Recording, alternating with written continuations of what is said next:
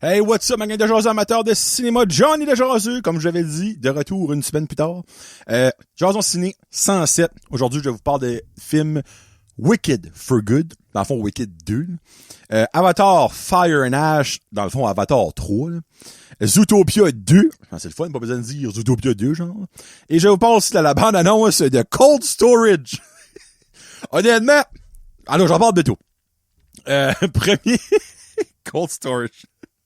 J'ai vu le titre du film, je suis comme, pas j'en ai parlé. Première chose que je parle de, Wicked for Good, la suite de Wicked 1, là, je peux pas le faire. Wicked 1 qui a sorti pratiquement jour pour jour, un an après. Plus bel exemple de film que je m'attendais à quelque chose et que si boire que j'ai été déçu, je lui donne un généreux 3 jours sur 5 parce que sincèrement, si ce serait pas de la cinématographie et du grandiose des personnes, de l'univers de Oz, dans le fond, de Wicked, ça aurait été un 2. Le premier, j'ai donné un 4 jours sur 5 et je disais que la première moitié du film était boring, plate à mourir, mais que la deuxième moitié était mentale et que je souhaitais que ce momentum-là continue dans le 2 et oh que ça n'a pas arrivé. Tu parles d'un film uneven. C'est comme, oh yeah, oh yes sir, oh ça va être bon, finalement non, oh là on y va, ah t'es comique toi, non, comme, c'est un roller coaster mais comme aucunement pour les bonnes raisons. So basically, je serais prêt à dire que la première moitié du premier film ressemble beaucoup à ce film-là. Il y a pratiquement pas de moment d'action qui vaut la peine. L'histoire est all over the fucking place. Il y a des continuités que, comme vous dirais, sont dit, bof. Là, moi, t'es pas intéressé. Comme, pour vrai, là, décevant. Là. Comme, la plus belle, comme, si on mettrait, parce que, obviously, c'est supposé être un film, j'aime ça, un film avec deux doigts. Un film parce que c'est une pièce de théâtre. Mais écoutez tout ça un après l'autre, ça fait littéralement une montagne. C'est plate, le début. La fin du 2, c'est le pic, et le 3, poup, ça descend en bas de la montagne. C'est aussi simple que ça. J'ai dit ça suce, mais ce film-là est un vrai letdown. Honnêtement, après le hype que j'ai eu à la fin du premier, c'est un letdown. Il y a aucun mot plus précis que ça pour décrire ça. Mon expérience pour le premier était première partie affreux, deuxième partie excellente, puis mon souhait n'a pas été exaucé, que l'excellence de la fin du premier est dans le deuxième. Le film est, comme je disais, uneven. Quand t'as finalement un momentum, ça coupe une scène de 10 minutes boring avec une chanson plate qu'au calice. Il y a toutes les tunes sauf une sont plates, aucunement catchy, puis encore là, la une, je pourrais même pas de la chanter, là. Je l'ai hummé peut-être en sortant du cinéma pis that's it. Oz est juste le wizard, pas le monde, le wizard, il est juste bizarre.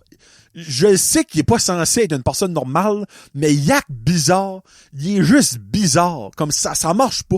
Je sais pas si c'est Jeff Goldblum qui l'a pas bien interprété, mais ça marche rien que pas, ça lève pas. La weirdness est juste awkward, c'est fucky comme ça marche pas. Le facteur animal que dans le premier était énorme, bof. On va rappeler au monde qu'il y a des animaux. Puis après ça, bon, on va s'en sac pour le reste du film. C'est pas mal ça qui est arrivé. Tandis que dans le premier, c'est comme le plot numéro 1 qui se met du film. C'est comme, oh, les animaux, ils sont plus capables de parler, patati patata. Là-dedans, c'est comme, regarde, voici les animaux, il y en a qui sont capables de parler pas par ça. C'est ça. On va les mettre en dessous de la table, ça arrête là. J'étais comme, voyons, esti. Comme, je veux savoir ce qui se passe, mais je veux plus que ça. Après ça, les OG characters de Wizard of Oz, qui, dans le fond, le Tin Man, l'homme lion, l'homme en foin, l'épouvantail, puis Dorothy, la fille, dans le fond, qui est les OG characters de Wizard of Oz, sont apportés là-dedans. Parce que, dans le fond, Wicked, c'est basically en même temps que l'histoire de Wizard of Oz. Mais comme, ils sont tellement mal apportés. Comme il y en a un, aucune idée c'est quoi, pourquoi. Là, il y a une twist à un moment donné, mais on a vu la twist arriver à 100 000 à l'heure, comme, ben là, on le savait, là, comme, oh, wow, c'est lui! Ouais, ok. Y a-tu vraiment quelqu'un qui savait pas, rendu là, que c'était lui, ce personnage-là? Là? Tu sais, comme, c'est juste weird. Oui, je donne des points négatifs pour clairement donner un 3 sur 5. L'esthétique du film est vraiment awesome. Puis Erivo, qui joue dans le fond la Varte, est vraiment, vraiment bonne. C'est les deux choses positives que je peux dire du film. Le reste, ça tombe flat. Comme, il y avait des bonnes tunes dans le premier, il y en a pas dans le deuxième. Le deuxième est uneven, all over the place. Le momentum, ils comprennent pas comment ça marche. Comme quand tu reaches le point de ton momentum, ben c'est là que ton pic, puis c'est là faut que ça y va. Puis t'es comme, on va mettre une petite scène triste avec une chanson plate. Ah ben oui, bravo. Ça, c'est la meilleure façon de piquer au momentum, c'est de casser les reins de tout le monde. Ça, c'est parfait. 2 fois dans le film, ils font ça. Je suis comme, fuck! Pourquoi? Vas-y, ouais, il y a une fête, un moment mental, une tune catchy. Non! Je suis seul dans mon monde! Hey, fuck you! Excusez, ben comme ça m'a assez pissé off, là. Comme, en tout cas. Overall, les deux films mis ensemble, c'est barely okay, là. Comme je ne comprends pas le buzz de... Peut-être que la pièce de théâtre est mentale. Les films ne le sont pas pantoute. Pas pantoute. C'est OK à best. Comme overall...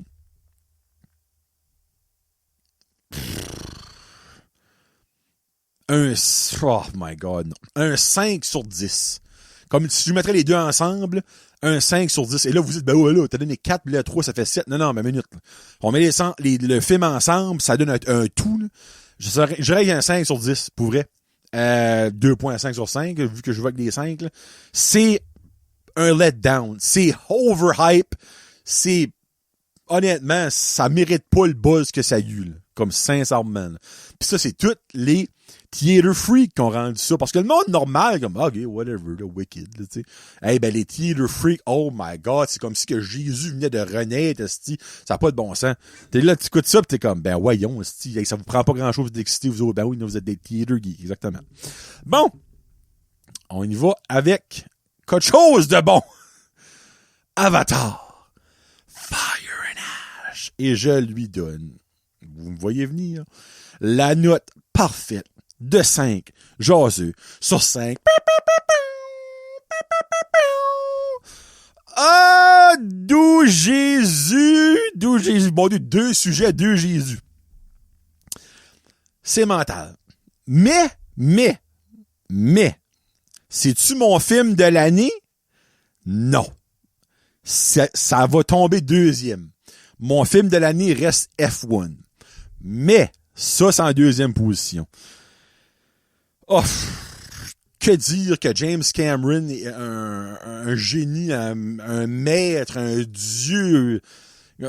C'est cinématographiquement, ce film-là, il est flawless. Là. Comme, il y a aucune faille à ce film-là. C'est insane comment c'est spectaculaire, ce film-là, visuellement. Comme t'écoutes le film, il y a rien de vrai dans le film. Il y a rien que tu vois à l'écran qui existe en vrai. Comme, ça n'a pas de crise de sens. Aucun des personnages, aucun des bébites, aucune montagne, aucune eau, aucun vaisseau existe en vrai. Mais ce film-là a de la plus vrai qu'un vrai film. Ça n'a pas de sens. Ça n'a aucun sens comment que James Cameron est un génie esthétiquement, cinématographiquement. Ça n'a pas de sens. Juste pour ça, faut que tu donnes un 5. Mais il y a le reste qui vient avec. Là. Mais comme, moi, c'est ça qui me boloxe le plus. Si j'écoute de quoi, hey, pis garde, ça va sonner fucké, là. Pis Farmer Fred, qui je sais qu'écoutez, il me l'a déjà dit, on est 2 dans ce gang-là. C'est tellement bien fait que les femmes, Avatar, par bout, t'es comme, fuck, elle est hot. Mais c'est des crises de bonhommes bleus et verts qui existent pas. Mais t'es comme, ça assez bien fait que t'es comme, J'aimerais ça connecter ma couette avec elle, moi, là. Non, pour vrai, ça n'a pas de bon sens comment c'est bien fait. Ça, c'est un, là. Mais comme, je vais vous lire ma review puis je vais parler après. Visuellement, ben, c'est A++ et maintenant le plus. Il n'y a pas plus que ça, comme toujours. L'action est mentale. Il y a tellement de développement de caractère. Oui, il y a moins de développement du monde d'Avatar parce que le film est pratiquement à la même place que le 2. Dans l'univers de l'eau, on voit l'univers du feu de Ash dans le fond, mais pas beaucoup. L'univers dans le fond est pas développé plus que dans les autres films, mais le développement des caractères, c'est dans le fond dans les trois films, c'est de loin celui-là qui a le plus de développement. C'est fou à quel point que chaque petit personnage, boring, on dirait dans les autres, là, t'as une appréciation, un développement, une raison d'être là, une raison que tu veux qu'ils restent là. C'est mongol, qu'est-ce que James Cameron a pu faire avec ces personnages-là. Pas banal, mais comme, oui, c'était banal, mais que là-dedans, tu n'en vois, il y en a qui décèdent. Vous dites tout de suite, il y a des décès là-dedans. Vous allez avoir un petit moton, il y a 2 pages, j'ai un moton, puis il y a même une page, j'ai une larme. Varang, qui est la méchante, et qui est très sexy, la méchante du Ash Clan est fucking insane, là, et dans tous les sens du terme. C'est une crise de folle, mais c'est aussi une méchante mentale. Comme dans l'univers de Avatar, on n'aura jamais eu un méchant ou une méchante autant friggin' scary que ça. Là. Il y a une partie dans le film, je suis comme, elle va toutes les tuer. Il y aura pas de 4. Ça arrête là. À moins le 4, ça va battre elle. Ben, comme elle va toutes les tuer. C'est fini. Fini. Il y a personne qui peut l'arrêter, là. Mais, en tout cas, whatever. Je vous dirais pas comment elle a été arrêtée, mais en tout cas. Spider est awesome. Moi, je l'appelle Mowgli. Le George de la jungle d'Avatar, il est awesome là-dedans. C'est tellement plus R-rated que les autres. Il y a de l'usage de drogue, on parle du sujet du suicide, puis il y a même la sexiness de Pandora Soul. Il y a une scène, j'étais comme tabarnak. J'ai honnêtement jamais été turné on de même dans Emmanuel. Puis là, je m'excuse pour le référent qu'il y a peut-être du monde qui comprend pas, là. Manuel, c'est du soft porn en mot français. Ben là-dedans, j'étais comme, oh la fuck! Let's go!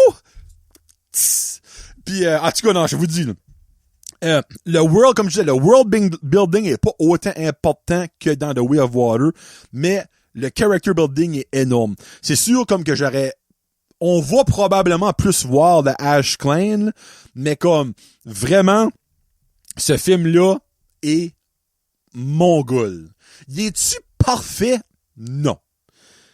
Mais ça enlève pas que je donne quand même un 5. Là. Comme le film, c'est sûr c'est long. C'est 3h17. En sortant de là, oh que j'avais envie de pisser. Mais ça enlève tout ça à mon expérience du film? Zéro. Là. Y a-tu des bouts que je trouverais ça long? Non. Ça reste juste que le film est long. T'sais, c'est juste ça, c'est un fait. Là, le prochain Avatar 4 sortira dans 4 ans. 2029 qui va sortir. C'est sûr que j'allais vous dire de quoi, non. Ça va être plus centré sur un autre personnage de l'univers d'Avatar. Ça a déjà été confirmé. Mais je vais vous laisser voir le film et vous allez comprendre pourquoi. Il y a un personnage là-dedans qui ressort beaucoup plus que les autres. Et dans le 4, ça va beaucoup plus être centré sur ce personnage-là que sur Jake Sully pis Neytiri pis tout ça. Mais je bête ma paye qu'on va revoir le Ash Clan. Parce qu'ils sont pas tous morts? Peut-être. Parce que la leader est encore en vie? Peut-être. Parce que Quadrish est pas encore mort? Peut-être. C'est une question de temps avant que ça revienne, ce monde-là. On met ça de même. Et là, moi, ça me fait tellement rire. Et là, Farmer Fred, je vais parler de toi parce que tu m'en as parlé, là.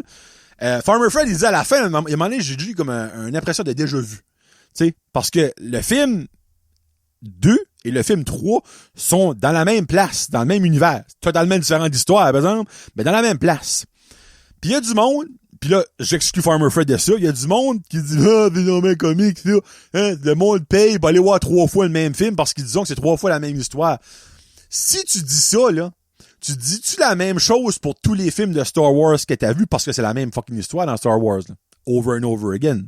As-tu dit ça pour tous les films de Marvel que t'as vus? Parce que dans Marvel, c'est la même histoire, over and over again. Dans tous les films, il y a le fameux moment que tu vois le costume. Dans tous les films, il y a le moment que tu penses que le héros est pas assez bon pour faire ce qu'il veut. Et là, soudainement, Rise of the Phoenix. Dans tous les films, il y a un être cher qui creve. Dans tous les films de Marvel, c'est la même histoire, avec juste différents personnages. Mais là-dedans, c'est parce que t'es dans le même monde, avec les mêmes personnages, sur les mêmes scènes, mais avec une différente histoire. Ça fait que c'est sûr qu'il y a un air de déjà vu. Tu sais, comme, c'est un petit peu comme si t'écouterais Star Wars, pis à chaque fois que Harrison Ford, que Han Solo est dans le Millennium Falcon, moi, c'est ça que c'est, moi, voilà. T'es comme, un air de déjà vu. Ben, c'est sûr, c'est son vaisseau. C'est sûr. Ben, comme les autres, ils vivent là. Fait que c'est sûr que ça t'a déjà vu ça. Tu vis là. À chaque fois que tu rentres dans ta maison, t'es-tu comme, j'ai vu ça, moi? Ben oui, c'est chez vous. C'est sûr, t'as déjà vu ça. Comme, hey, Back to the Future, c'est la même calice d'histoire. Les 3 films, sauf qu'il y en a un, c'est dans le passé, un, c'est dans le futur, puis un, c'est dans le Far West. Mais c'est la même histoire. Mais à cause que c'est pas dans la même scenery, le monde dit rien, ben c'est pas fair, là. C'est pas fair, là. So, et, de nos jours, hater sur Avatar, c'est à la mode. Mais le film fait des milliards au box-office.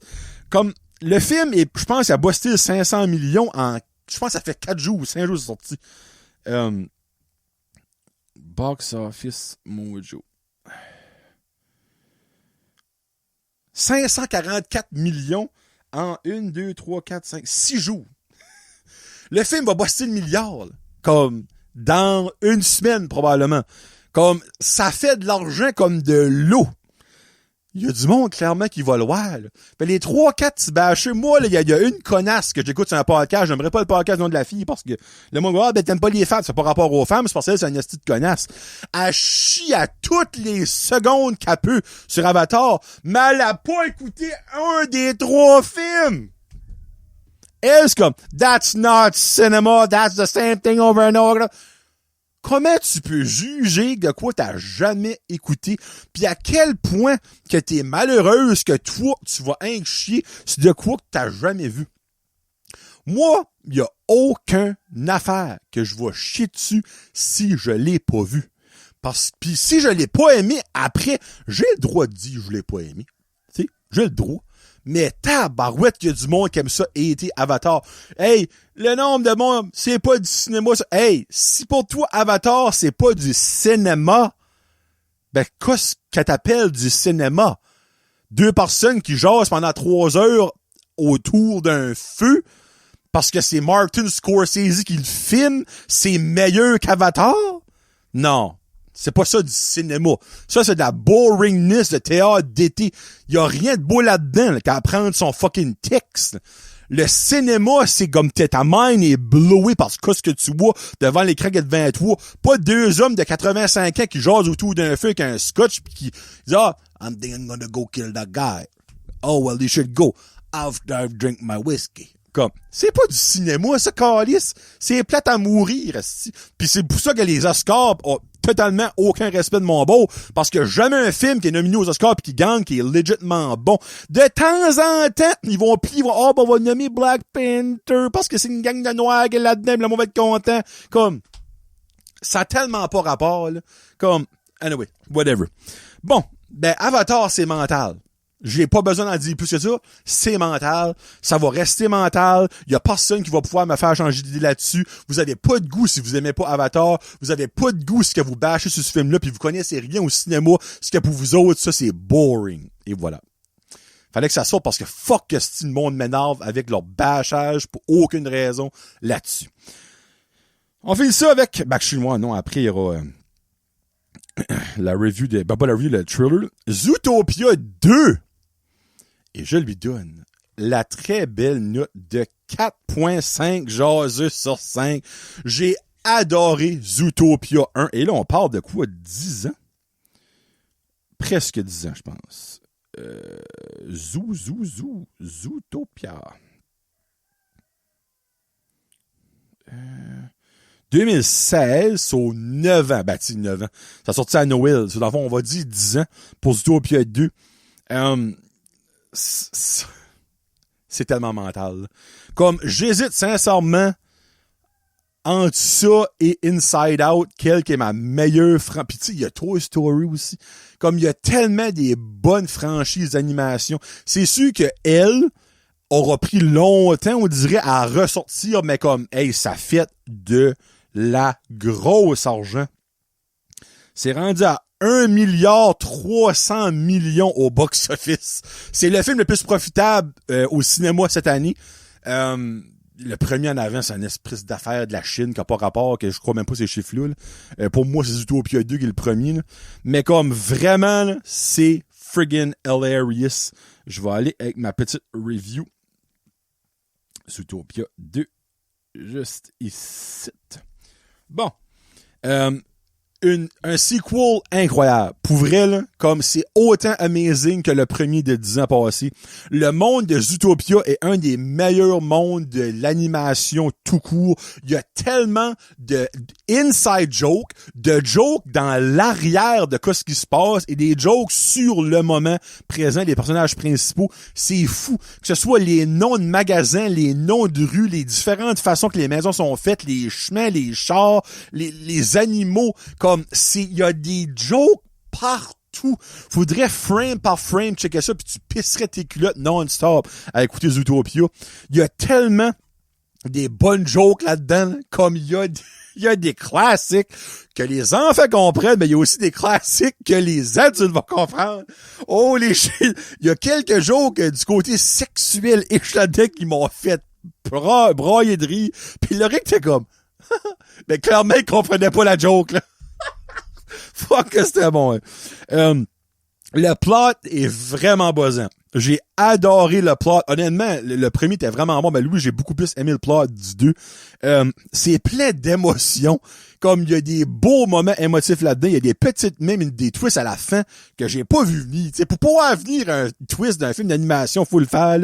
Il y a tellement des belles additions au casque que j'ai beaucoup aimé. La famille des Lynx pis tout ça.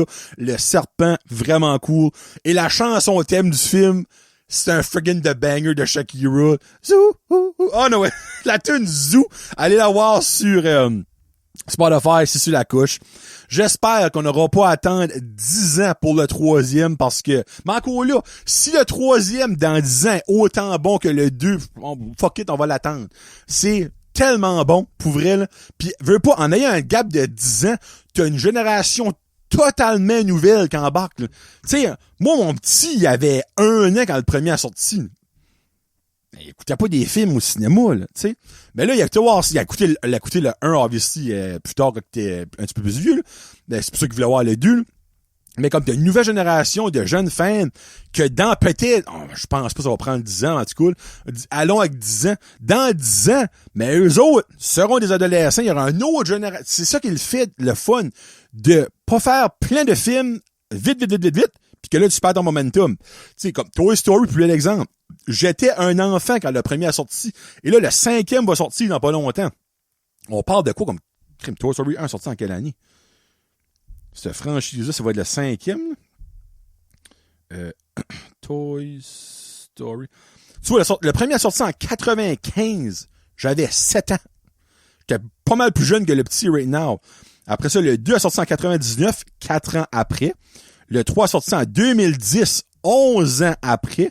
Le 4 a sorti en 2019, 9 ans après.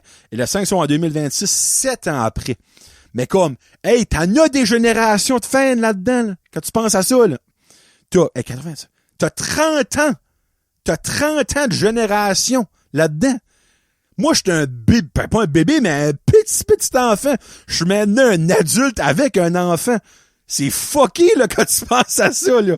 So, tu sais, Zootopia peut carrément faire ça. Sorti le prochain dans 6-7 ans, t'as une toute autre génération. Tu sais, dans 6-7 ans, le Rick va graduer. C'est fucked up, là, quand tu penses à ça, là. Anyway. Vraiment bon. Écoutez-les. Tous les âges. Vous allez triper. Il y a de quoi pour vous autres là-dedans, je vous le garantis. Et on finit ça avec la bande-annonce de Cold Storage qui va sortir le 13 février 2026 avec Liam Neeson et Joe Carey qui joue Steve dans Stranger Things.